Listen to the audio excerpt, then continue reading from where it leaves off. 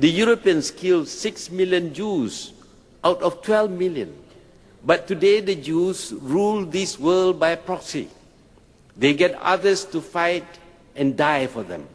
They invented socialism, communism, human rights and democracy so that persecuting them would appear to be wrong, so they may enjoy equal rights with others.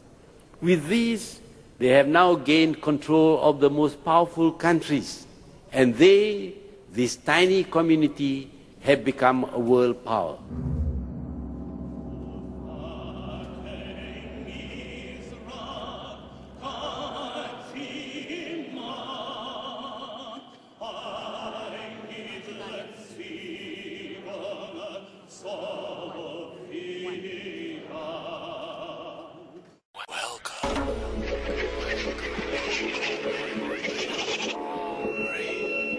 A free Iraq will help secure Israel.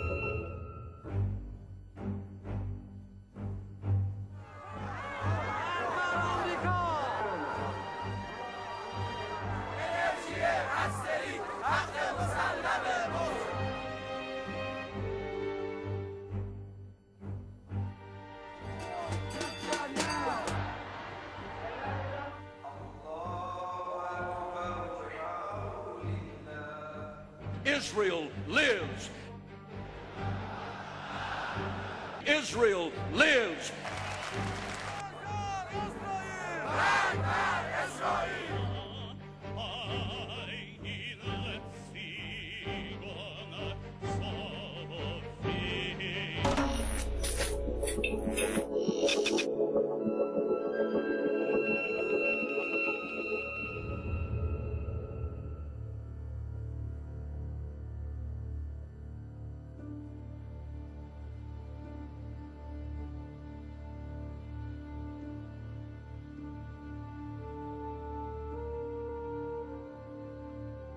Yeah, so you can see it came out March 23rd, 2006, and then there's a title. I believe that the Harvard version has been downloaded over 350,000 times. Well, the United States supports Israel in a variety of ways. We give them all sorts of military and economic support, roughly $3 billion a year. Israel, despite the fact it is a relatively rich country, receives more foreign aid than any other country in the world. We veto resolutions in the United Nations all the time that are critical of Israel. Ceux qui sont contre, 14 voix pour, une voix contre. Le projet de résolution n'est pas adopté par suite du vote négatif d'un membre permanent du Conseil. Those against? Those against? Ceux qui sont contre. And the United States is actually talking about using military force against Iran. Now the question is, why is the United States so deeply concerned about Iran acquiring nuclear weapons? The reason it is that big a deal at this point in time is because of pressure from the lobby.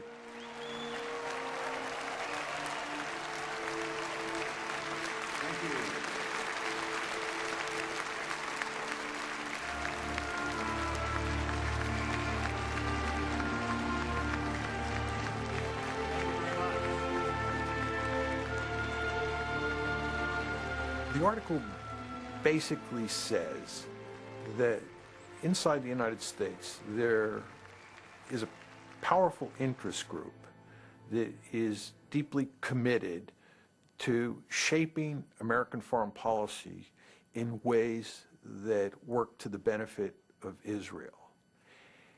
And second, the article argues that the policies that the United States ends up pursuing in the Middle East because of the lobby's force in the decision-making process are not in the American national interest. Troops out now! Stop the war! Troops out now! Stop the war! Message on to them. A free, prosperous, and secure Israel is in this nation's national interests.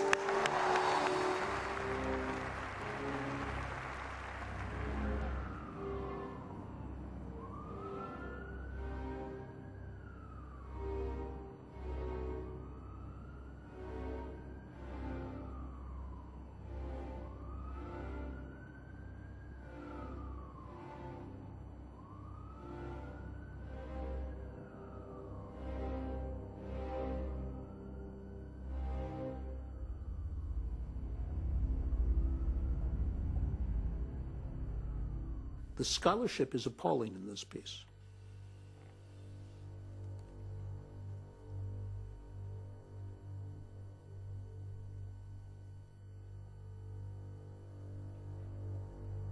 The notion that that some people sitting in Jerusalem are pulling the strings on institutions that are somehow divorced from a sense of what is in the American interest and working instead for Israel, there's just no evidence to support that. I'm really surprised that they didn't seek to protect their reputations by doing really watertight, rigorous research that they could defend. And in fact, they've been demolished. Alan Dershowitz is, I mean, there's nothing left after. So why did they go on I don't know why they did this. I don't know. Some of the things they say in that piece really made me wince because Mearsheimer and Walt both are better academics than that report reflects.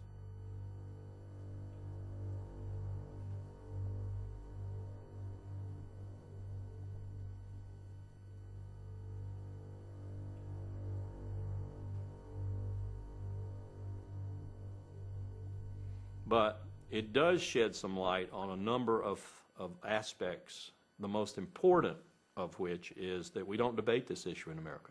You know, you can't talk about this in America. That's the most important thing they did. The second thing they did was call into question, post-Cold War, the strategic value of Israel to America. 10 years ago, you couldn't even talk about the Israel lobby. Today, we can, we do. It's explosive, it's controversial, but we do.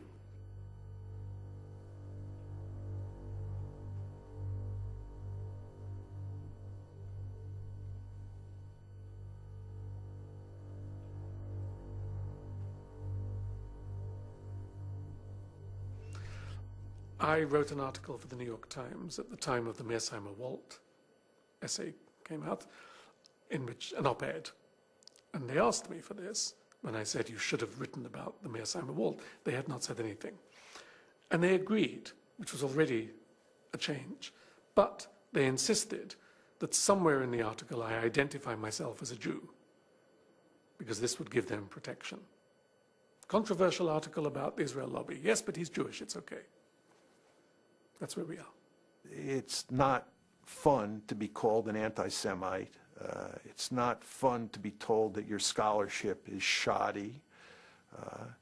And it's not fun to be pounded day after day and to see very few people standing up in your defense. But again, we knew that was coming. We knew that was the price of writing the article. They're right, but they're wrong. Now, they're right from a strictly geopolitical, geostrategic point of view. That is to say, what I spent my life studying. Israel no longer provides the United States a strategic value like it did during the Cold War. Not only that, Israel is a strategic burden on the United States. That's a big difference from Cold War days. At the same time, the fuller, more comprehensive strategist in me says that doesn't matter because the connections between America and Israel are so great and so strong that geostrategy, political strategy, whatever you want, grand strategy, is of no consequence here. You actually take that psychological component up to the level of grand strategy and you say, America can't get out of this even if it wanted to. So, Mr. Walt, Mr. Mearsheimer, you may be technically right, but you are pragmatically wrong because America simply cannot say, Israel, you're on your own. It just wouldn't work. And one of the reasons it wouldn't work is because we have a very powerful Jewish lobby in America.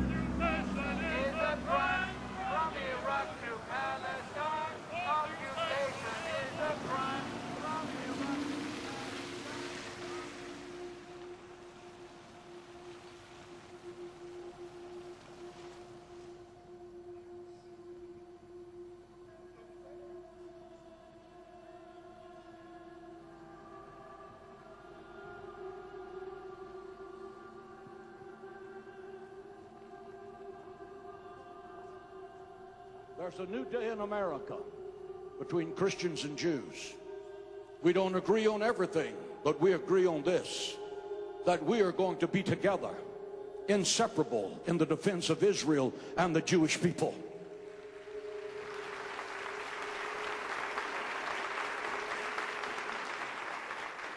We have millions of people in the infrastructure. We have over 22,000 spiritual leaders, and some of those spiritual leaders have 1 million or 1.5 million names on their mailing list. We have the major radio, television ministries in America supporting what we're doing, because every evangelical believes the Bible, and the Bible has a clear mandate to be supportive of the state of Israel.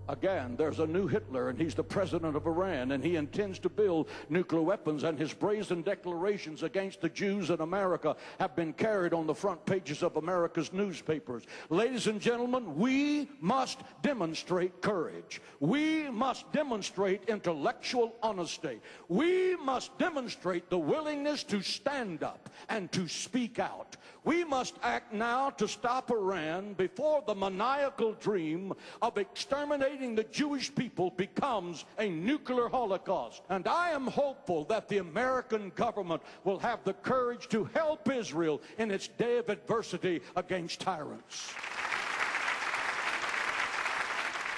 I don't think there's ever a time that you can say you have enough support.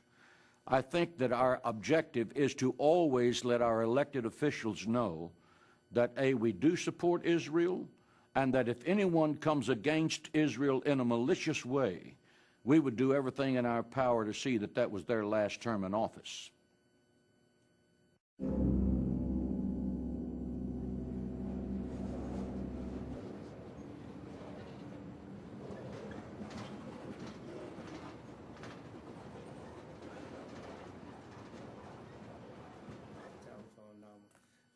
Those guys that were on the campaign with me during the 2002 election, and I want to get a copy of your tape of those commercials that had run. Give me a call. I'm in office 326-8844.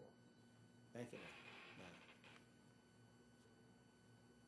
What AIPAC did, some members of the United States Congress, rather, they put in resolutions condemning Libya. And they just kept them in the resolutions with Syria and with Iran and with Iraq. They kept putting them in that in resolution and kept pushing for all kinds of sanctions, all kinds of action against them. And of course, I voted against the resolution, and others started voting against it. And I think what later I found out, what really made them angry, other members of Congress came to me and wanted to know what was happening, and I was telling them, we're trying to negotiate. So what happened? I was looking at CNN. Several people had called me and told me what they had seen and heard, and they told me, look at CNN.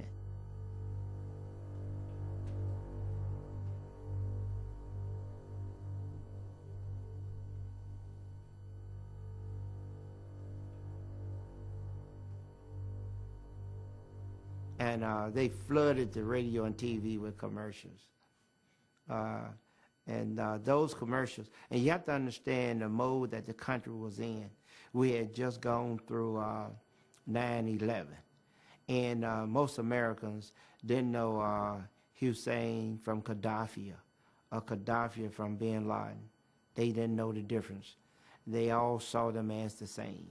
And the commercial, many commercials, put me with them, saying I supported them. Support and finance international terror network. It had image of the airplanes flying into the World Trade Center. I tell you, I was dropping rapidly in the polls. We had continued polling. I was dropping rapidly into Poland. I say it was, you have to admit it was well planned and they executed it. The afterthought is that, my goodness, they had it together. I lost the election.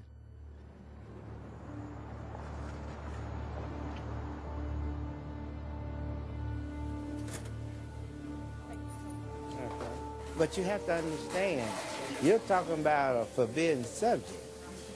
No one wants to talk about Jews. It's a no-no. It's like you're talking about something that's wrong. You're not even supposed to give your opinion. So you think it's very difficult for me to even ask questions about the Israel lobby in Washington? Absolutely. Very difficult to get answers. Very difficult to get interviews. I hope you're successful. I wish you well. It's going to be rough.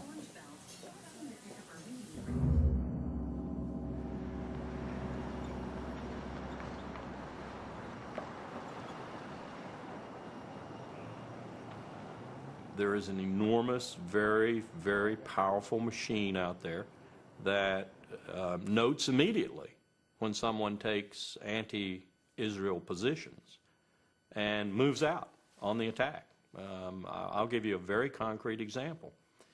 I had mentioned the Mearsheimer-Walt study once in a seminar at one of the universities where I teach, and within 48 hours, I had an email from Alan Dershowitz.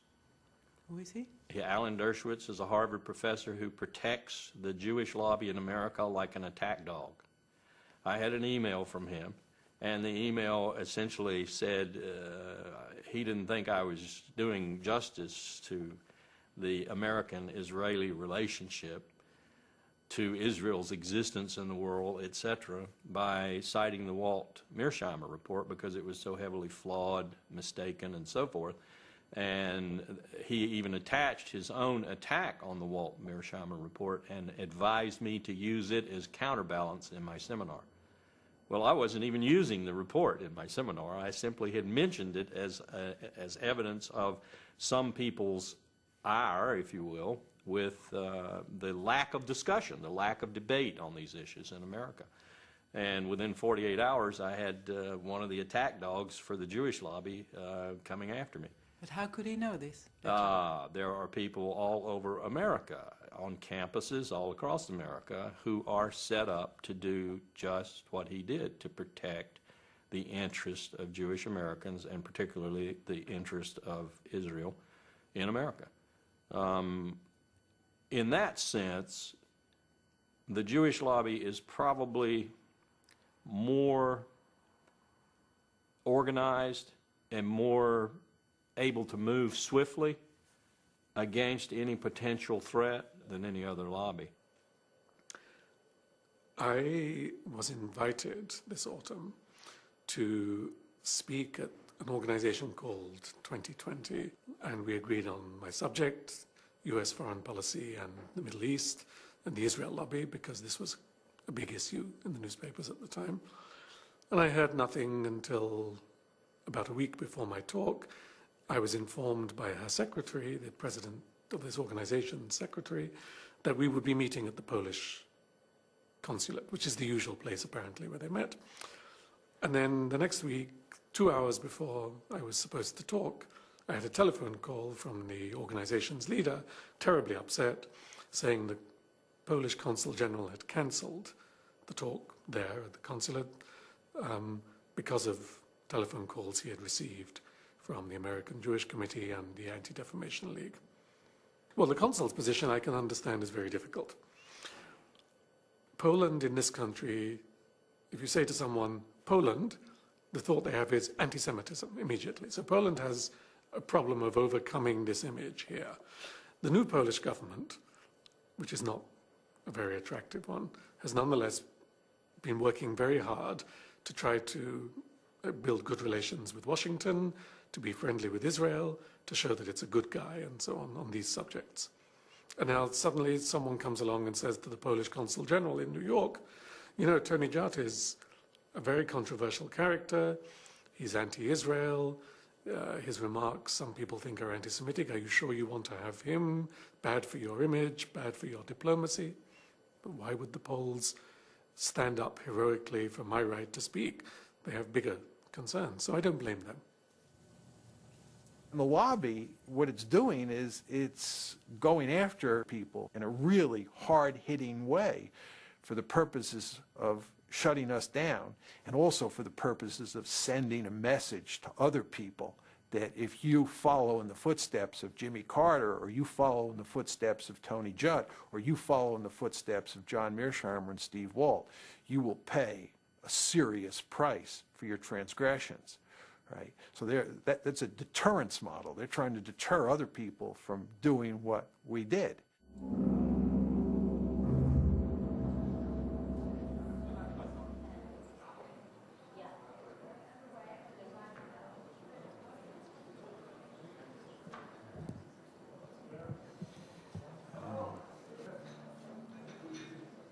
I was wondering if you can comment on the fact that in the press in the United States you are called an anti-Semite and demonizing the Jewish state concerning Human Rights Watch reporting in the Lebanon war.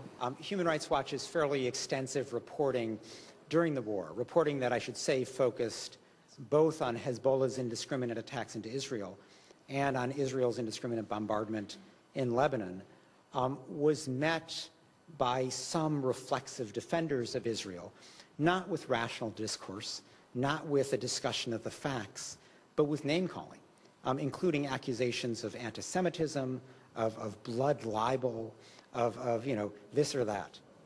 We're used to being attacked by, say, the governments who we're criticizing. But in this case, the Israeli government was actually rather quiet. And indeed, we had what you might call a reasonable dialogue with the Israeli government in the course of the war about what was happening in Lebanon. But it was the supporters of the Israeli government, principally in the United States, although to a limited extent in Israel, who came at us full force. And that was unusual, because we rarely encounter that kind of coordinated attack by ostensibly private individuals, people who had no official position with the Israeli government, but who had assumed for themselves the position of reflexively defending Israel, regardless of its conduct. It's going to be a big political fight. We'll be working in it. Thank you so much, and good luck to you, sir. Thank you. Does it matter that you are Jewish?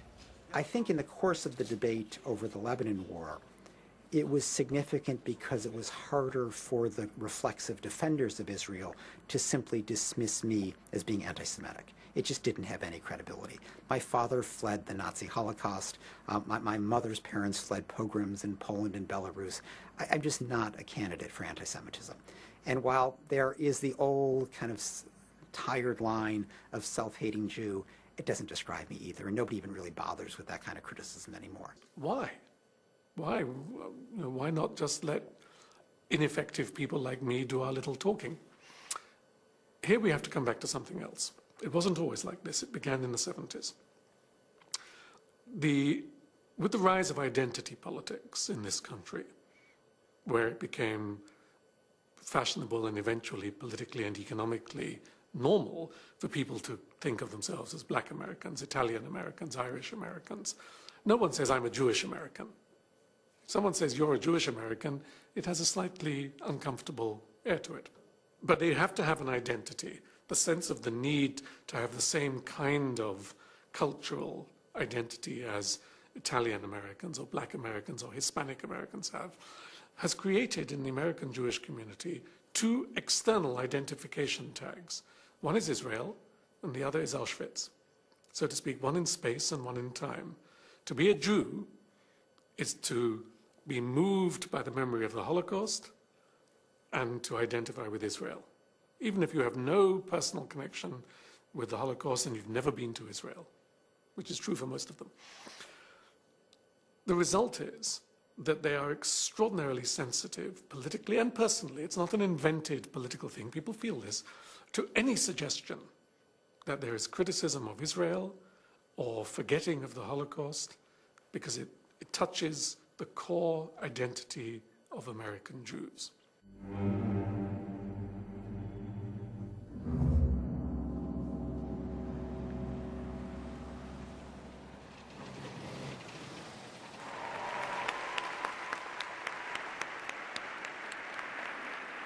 The state of Israel was the dream of your ancestors, made a reality by your grandparents and your parents.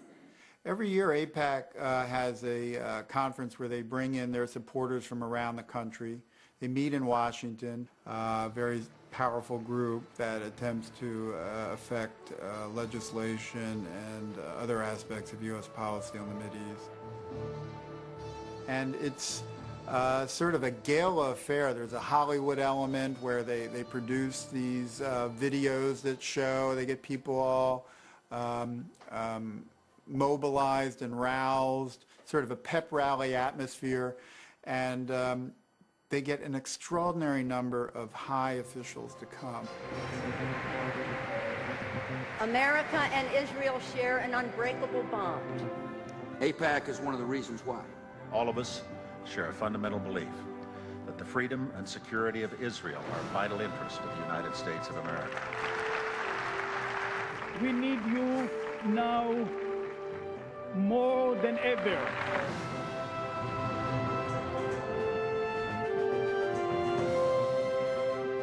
It's become like it's a ritual where the officials have to go to sort of show that they are on AIPAC's side. You know, half the Congress shows up, top administration officials, and they have a keynote speaker every year who is invariably at the very top. From Florida, Bill Nelson. From Nebraska, Ben Nelson. From Illinois, Barack Obama. From Arkansas, Martin Pryor. Can we have a picture first, please? Hey, wait. I think I might have blinked on that one. From South Carolina, Joe Wilson. From California, Lynn Woolsey. From Oregon, David Wu. From Maryland, Albert Wynn. From Kentucky, John Yarmouth. And I also want to mention former member of Congress, AIPAC does an excellent job of constantly testing the loyalty of people in Congress to their cause. And so there's a constant stream of resolutions that get proposed on the Mideast, expressing support for Israel about something it's done, or sympathy with victims of a suicide bombing, or condemning Iran or other people in the region who are being hostile to Israel. And these become tests of sort of loyalty of people in Congress on this issue.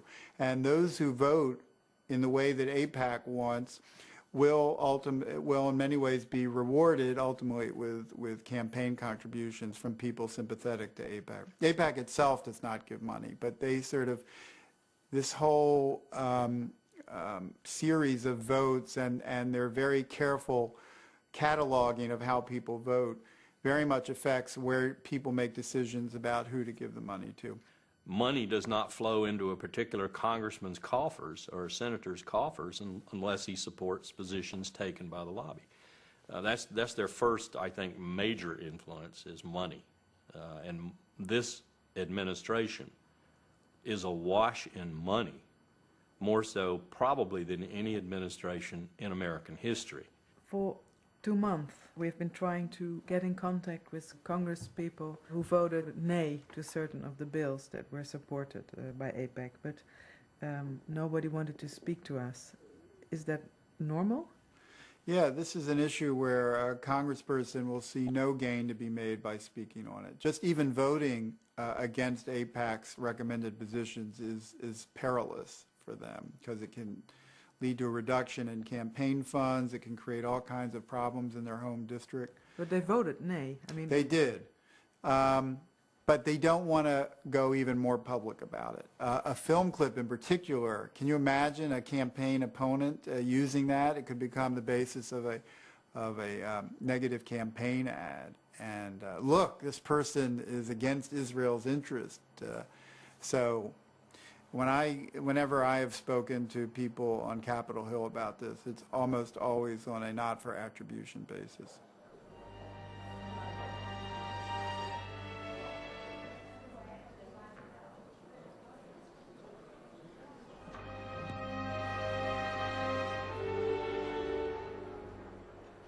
I was told off the record once by a very prominent Democratic senator. We were at a meeting in Paris, and it was late in the evening. We were sitting in a hotel.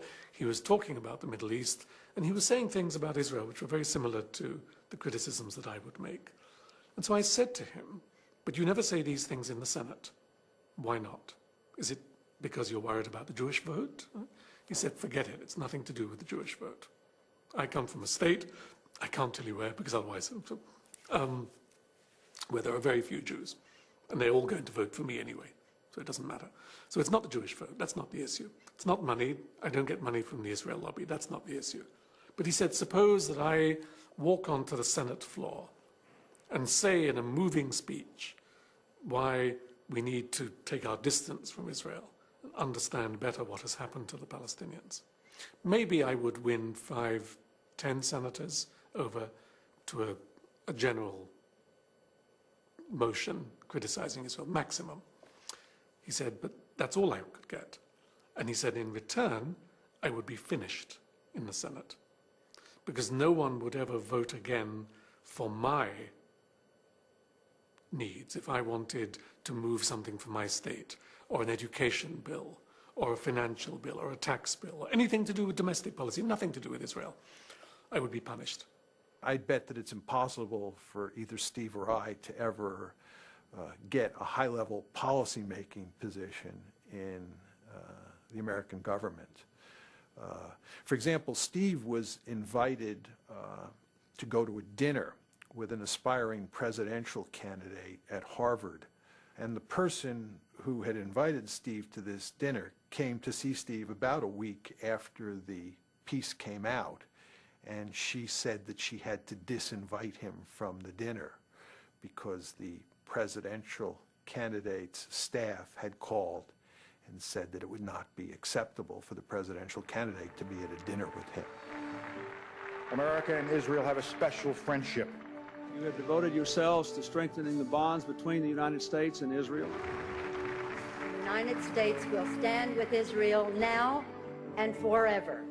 If a politician would rise with this point of view, that the United States should stop supporting Israel, what would be the effect, do you think? He'd lose the next election. Almost certainly. Now, there may be a district here or there out of the... We have 435 members of the House and 100 senators, 535. We have 52 governors.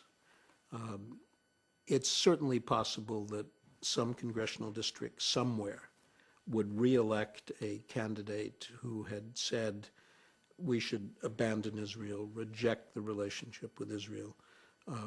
But it's pretty unlikely, and I would be surprised if there are more than 2 or 3 or 4 congressional districts in which it's even conceivable.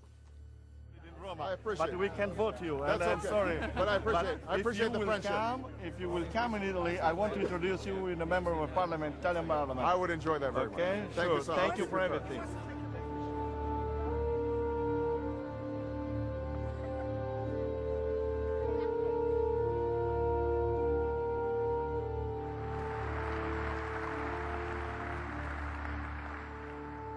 Friends owe it to friends to be as candid as possible. So let me say that a precipitous American withdrawal from Iraq would be a disaster for the United States and the entire Middle East. A sudden withdrawal of our coalition would dissipate much of the effort that's gone into fighting the global war on terror and result in chaos and mounting danger. And for the sake of our own security, we will not stand by and let it happen.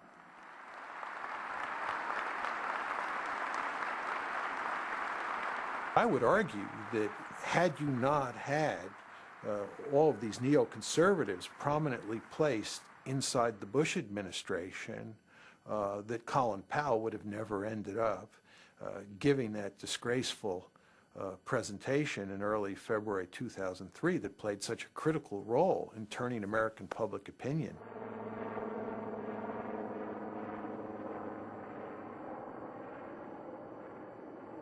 This is an important day for us all as we review the situation with respect to Iraq and its disarmament obligations under UN Security Council Resolution 1441. I realized as I watched it there at the UN Security Council for the first time, because every time I watched it before, I was, running around trying to get things changed, do this, do that, talking about the graphics and everything else. But there in the UN Security Council, I sat down quietly and watched Secretary Powell make his presentation. My colleagues, every statement I make today is backed up by sources, solid sources. These are not assertions. What we're giving you are facts and conclusions based on solid intelligence. As I show you these images, I will try to capture and explain what they mean, what they indicate to our imagery specialists. Let's look at one. The 4 that are in red squares represent active chemical munitions bunkers. I wouldn't go to war based on that. That's what I told myself. I would not go to war based on that. Most of it could be interpreted different from the way we were presenting it. As these drawings, based on their description, show, we know what the fermenters look like. We know what the tanks, pumps, compressors, and other parts look like. And we know a great deal about the platforms on which they are mounted. I walked outside the United Nations building on February the 5th after the presentation had been made into the kind of bracing cold New York air, and I thought it was a total failure. I thought I had failed because I was the person who put it together, responsible for putting it together. Then later, a couple of days later, 3 days later or so, when I'd had some sleep and I could think about it, I wondered why the reaction seemed to be fairly positive. We hadn't persuaded that many people who were adamantly opposed, but we had made some impact, particularly on the American people. And I think we made a little impact on the international community too, probably in the UK in particular. And so I realized the reason for that. And the reason was Colin Powell gave the presentation. Colin Powell, who had poll ratings roughly equivalent with Mother Teresa, had made the presentation, and the American people believed Colin Powell. If Colin Powell said it was so, then it was so. That made me feel even worse. So yes, I have trouble sometimes sleeping at night thinking about my participation in it. 1995, the quantities were vast. Less than a teaspoon of dry anthrax, a little bit about this amount. This is just about the amount of a teaspoon. Less than a teaspoon of dry anthrax. So the question you have to ask yourself is, if the evidence was so flimsy, why did Powell get up and make such an unequivocal case that Iraq had WMD and was an imminent threat? And the reason is that there was tremendous pressure inside and outside the administration to make that argument. And the question is, who was creating that pressure? And the answer is, it was the neoconservatives, almost single-handedly. Dick Cheney and his minions have brought, and Richard Pearl is one of his minions, and Doug Feith is one of his minions, have brought the art of lying to a new scale, a new level. Was oil the #1 influence on President Bush and Vice President Cheney? Or was WMD? Or was spreading democracy? And don't believe it for a moment. They didn't even think about spreading democracy when they started this war. They transmogrified the mission into starting or democracy simply to appease the American people and to give them some reason to support the war. You have to decide, where were these factors? And inevitably, the Jewish lobby in America, AIPAC in particular, the focus lobby, has got to be there. You're being naive if you don't put that factor up there as an influence on national security decision-making, particularly with the Bush administration. The AIPAC lobby is very influential through Vice President Cheney, very influential, and through people like Elliot Abrams, Paul Wolfowitz, and a host of others within the government. And of course, you don't want to lose sight of the fact that the Israeli government was also feeding the United States government intelligence, which said that Iraq had a serious WMD capability and was an imminent threat. There's an Israeli general named Shlomo Bram who has written a piece on this, which says in effect that Israel was a full partner in this scheme to convince the public in the United States and around the globe that Iraq was an imminent threat. Iraq was not an imminent threat. The fact is that even if Saddam had nuclear weapons, there was nothing you could do with them, right? But you could not make those arguments at the time in the United States. It was very, very hard to get them out into the public domain and for them to get any traction. Do you agree with Mearsheimer and Wohl that the influence of the pro-Israel lobby was important for going to war with Iraq? I do, but I would not have presented it the way they did, because I think that they underestimate ideas and they underestimate, if you like, emotions. They're very cold and realistic in their view of politics.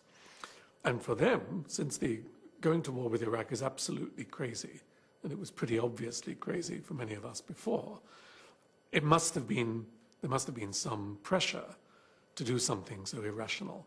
And of course there was, but they underestimate other factors. The illusion, for example, that we could have control of Iraq's oil and of the strategic region. The belief, which is a deep American belief, which was not invented by the Jewish lobby, that America knows how democracy should work and is an example to the world and has a moral duty and certainly a right to bring this example to the world. And it's all mixed together. So ideals, belief about American exceptionalism, American duties, American provincialism, not knowing about what's going on outside, and Israeli pressure. Yes. The suggestion that that the Israeli lobby, as he describes it, is in effect operated by the Israelis and reflects Israeli preferences is simply wrong and can be shown to be wrong. So you don't feel part of an Israeli lobby? No, I'm not part of an Israeli lobby. I have my own views. I'm sympathetic to Israel, as most Americans are sympathetic to Israel. I'm not incapable of being critical of an Israeli policy that I don't like. But the main point is that it is not the Israeli government that shapes the thinking of Americans who are pro-Israeli. Richard Pearl would probably say in response to your question, if you got the truth out of them, Israel's interests and America's interests are the same. And so if I'm an advocate for Israel's interest, I'm an advocate for America's interest. And I would say back to them, again as a strategist, bullshit. No two countries in history, and no two countries in the future in history, I will predict, will ever have coincidental national interest all the time. No way.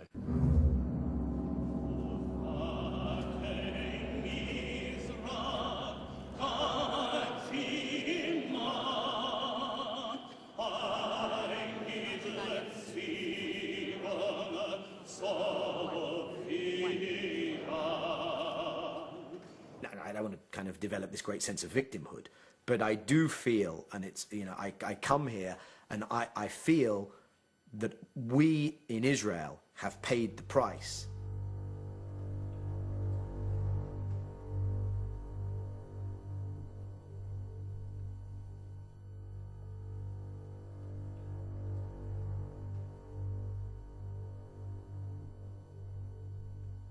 American Jews, surprise, surprise, are liberal Democrats when it comes to most issues, including the Middle East. So when you poll American Jews, they're for the peace process and they're for American engagement and they're for a two-state solution. And we did the Geneva Initiative and they were in favor of that as well.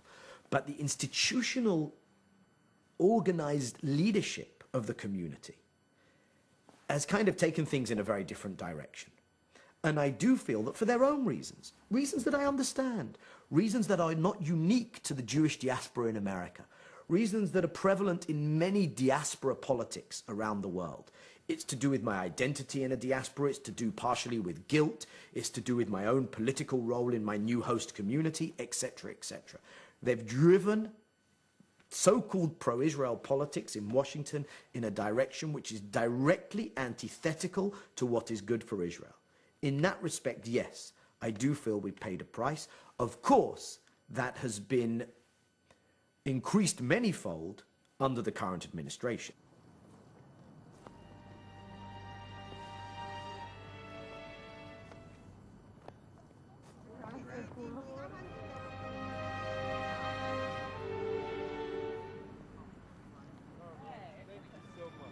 America has become part of the Israeli victim narrative.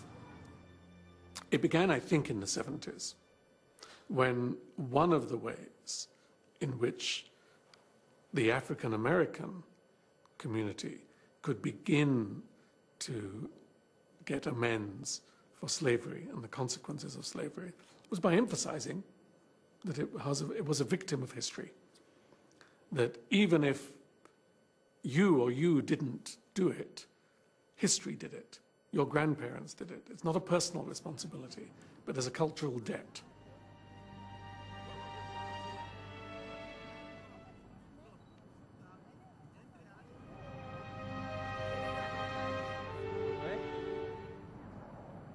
And the Holocaust, of course, is the ultimate victim narrative. And David Ben-Gurion, the first Israeli prime minister, knew this very well because he turned it to advantage, giving Israel as a whole country a victim narrative. If you can't criticize someone because he himself is a victim, what do you do with a whole country, which is a country born of victimhood, so to speak? I have been in conversations many times with people who are very reasonable and would say, yes, you're right, Israel does do bad things. The occupied territories, stealing the water, stealing the land, bombing the houses, etc. But remember what happened to the Jews. There is a background, there is a history, there is a reason, there is an excuse for this. And of course, you can say the same thing for the Palestinians. Remember what happened to the Palestinians after the Nakba in 1948 and so on, 1967. No wonder they have suicide bombers. You can always do this. There's always a relationship between collective past suffering and present individual actions. To turn that into public policy, though, is catastrophic, and that is what we see today.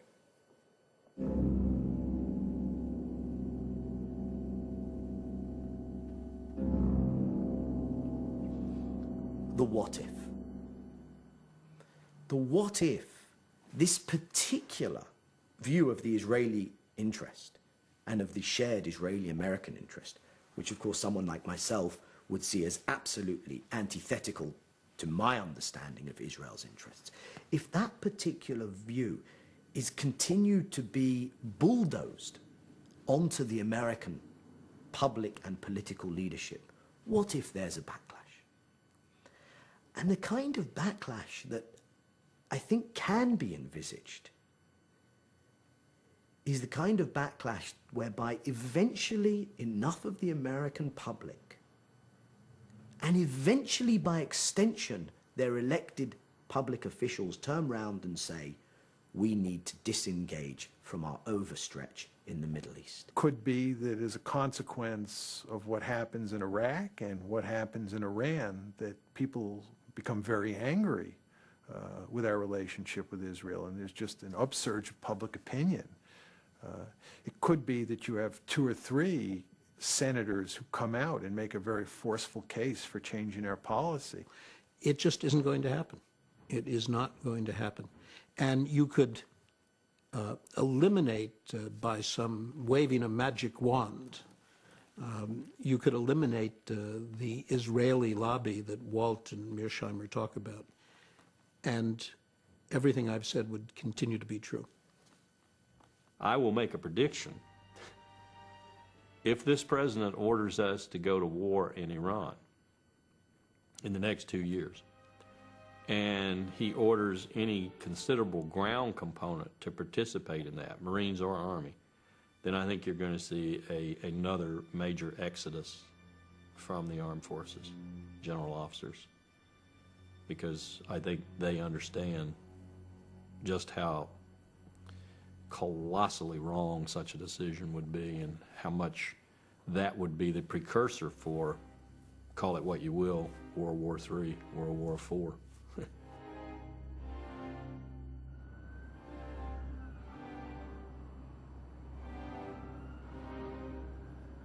Remember the Roman Empire. For a long, long time, the state of Judea behaved in ways which annoyed the Romans but didn't do them any harm. At the point at which they were becoming a nuisance, the Romans turned against them, destroyed their temple, wiped them out, and told them, an empire has bigger concerns than you. This is what Israel faces in the next 25 years. the risk that the American empire will say, wait a minute, you don't matter to us so much. Either because we need oil more than we need you, or because oil is no longer important. Doesn't matter, both has the same effect. You are more trouble than you are worth, and the issue of the Holocaust and anti-Semitism is declining with the demographic move to the next generation. This is a catastrophe for Israel, because Israel has no other friends in the world.